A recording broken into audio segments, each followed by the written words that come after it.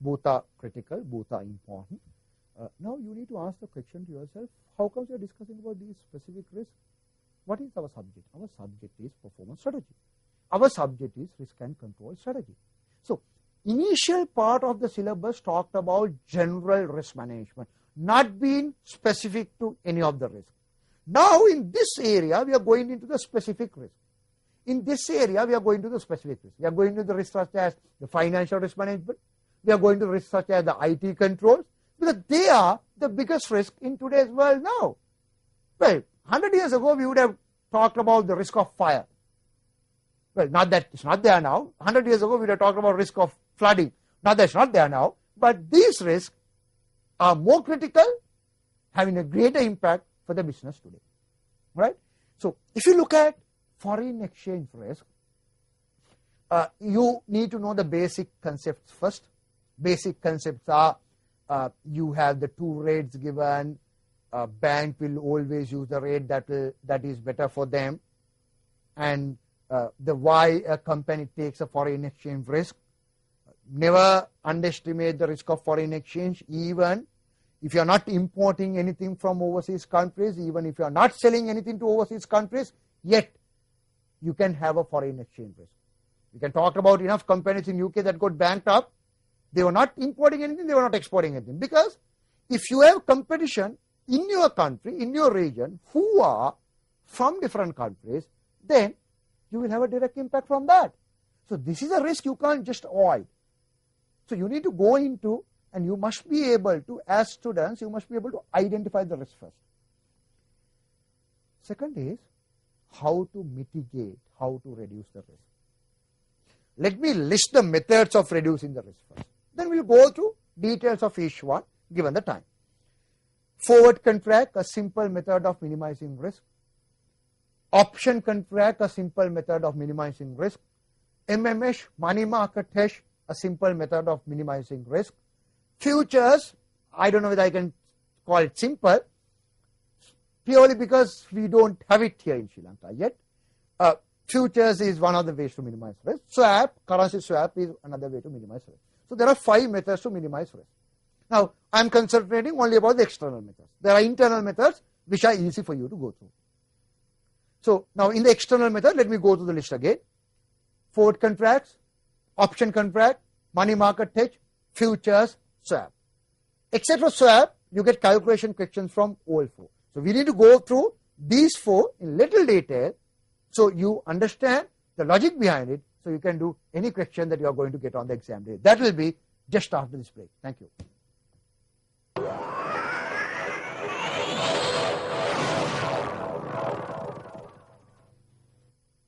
Welcome back to the last sessions of performance strategy.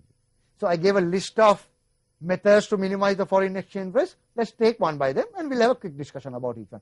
Forward contract. You go to a bank and you ask for a rate for a future transaction. You go to a bank and say, I need to transfer $5 million in March 2012 to rupees. What's the rate that they can give? They will just give you a rate. Right? You need to pay any other cost, they will give you a rate. So does that mean the bank is doing it free of charge? No, bank will keep their margin in giving the rate. Bank will keep their margin in giving the rate. If you are a good customer, bank will keep less margin. If you are a new customer, the bank will keep a bigger margin. So the profits are there in the rate itself. Secondly, so when the bank quote your rate, can bank lose money? Because if the actual rate is completely different in March 2012, will bank lose money? As an example, the bank has given you 110 rupees a dollar. Actual rate in March 2012 is 105 rupees a dollar. Is bank going to lose 5 rupees a dollar? Banks will never lose money, based on the principles of forward contract. So what bank will do is, bank will create transactions within the bank in quoting a rate for you. So if you are asking a rate to transfer $5 million in March to rupees, bank is aware that you are going to give them $5 million in March, so bank will take a dollar loan. Bank will take a dollar loan, which will be set off when you give dollars, and bank will take a dollar loan now, convert that into rupees and invest in rupees. So in March next year when you go, actually bank is waiting for you because bank has already taken a loan for the dollar amount, equal dollar amount that you are going to give the bank. Of course, with the interest, they will look after the interest portion as well. So whenever you give the money, bank will settle the dollar loan. And bank has a rupee deposit that is maturing on the same day, because bank took a dollar loan, convert and invest in rupee. So bank will mature the rupee investment and give you your money. Of course, the margin is kept, as I said. So that's the forward contract. Money market hedge is a company in real world doing what bank just did. Money market hedge is done by a large corporate who has the access to funds, to borrow funds, lend funds in different currencies. They can do the same thing that bank just did. So as an example, if a money market hedge, how money market hedge works is, let's say you want to make a payment of $5 million after 5 months. So what bank will do is, if you need to make a $5 million payment in a foreign currency, bank will create a deposit today. The value of deposit is going to be $5 million after 3 months, after whatever the period. So bank will create that deposit. So bank will withdraw that deposit after 3 months and pay the loan. But for you to create the deposit, you don't have money, so you borrow in the local currency, convert and create the deposit. Right? So that's about the forward contract and money market. The other one is options. In the case of options, as the word sounds, you have an option, not an obligation. In the case of forward contract, you have an obligation. You sign a forward contract, now you are liable to take $5 million and go to the bank in March next year, whether you like it or not. Otherwise, there will be penalty. In the case of option, you have the option to decide whether to go to the bank or not. So what you do is, you wait till next year March, and you look at the rate that is in the option, you look at the market rate, and you go to the bank, provided the rate given in the option is good. Again, bank is not taking notice. They have a complicated method of, I would think it's really complicated method of you can't do it manually even, in minimizing or rather eliminating their risk. The next one is futures. So futures is not available in Sri Lanka, but futures is basically a standard forward contract. Right? It's a standard forward contract that you are going to use for the transactions. The last one is swap. Swap is the transfer of large amounts of funds. Let's say you have $5 million, you transfer $5 million. For that, you get the pounds from the other counterpart, and you exchange these two transactions after the period again. So that's the basics about how to minimize the foreign exchange risk. I do agree, I am not going into detail of it, because what you need to do is, you need to know the basics, then do number of questions to ensure you are familiar with that.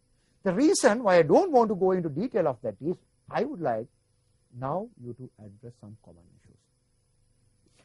On the exam day, you are going to get a pre-scene, which is available with you now. Please evaluate it. Generally, whenever we lecture, we give about 3-4 unseens based on the pre-scene. Go through them. And never forget, pre-scene is not the one that the examiner will use as the base to decide what questions to be given. The examiner will set the question based on the syllabus. However, if the syllabus question that examiner is trying to give, thinking to give, is not matching with the pre-scene, then examiner will write the unseen in between to bridge the gap between these two. Right? So know that and do the following. Never take a risk of studying only part of the syllabus. Never take a risk of studying only part of the syllabus. Go through everything. Use your common sense, not the theory. There's no point of going through detailed theory. Use your common sense. See how a real business will operate given the technical knowledge. See how they can be used for the real world on the exam day. That is exactly what is expected from you on the exam day as well. So take each area and ask a question to yourself, how an examiner can give a question from this area. If you are smart, you can get those questions, you will be okay on the exam day perfectly. As far as the Forex is concerned, do enough calculation questions. For each type, do enough calculation questions. They will never be good enough. Depending on the time available, please do at least few from each type. And know the basics very well. Know the basics very well. In the case of corporate governance and IT controls are concerned, please go through the theory well.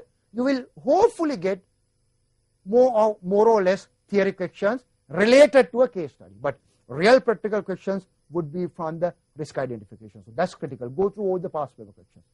Go through all the past paper questions. Generally, the questions that we go through are the BLU, ACB questions, MFT, PKG, NOP, right? So go through all these practical questions that the examiner said before.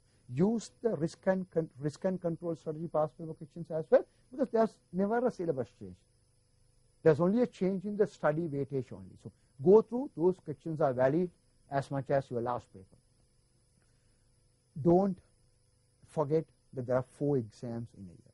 So 2010 you had 4 exams, 2011 you had 3 exams, the 4th one is the one that you're going to do. So 7 papers, 7 recent papers. There is a 2010 March paper, don't forget there's a 2010 September paper, 2011 March paper, and a September paper. November paper is the one that you are going to do. So please go through all papers as well. I would like to wish you all the very best for the exams, and follow these instructions, go through these points, and I'm sure you'll be successful.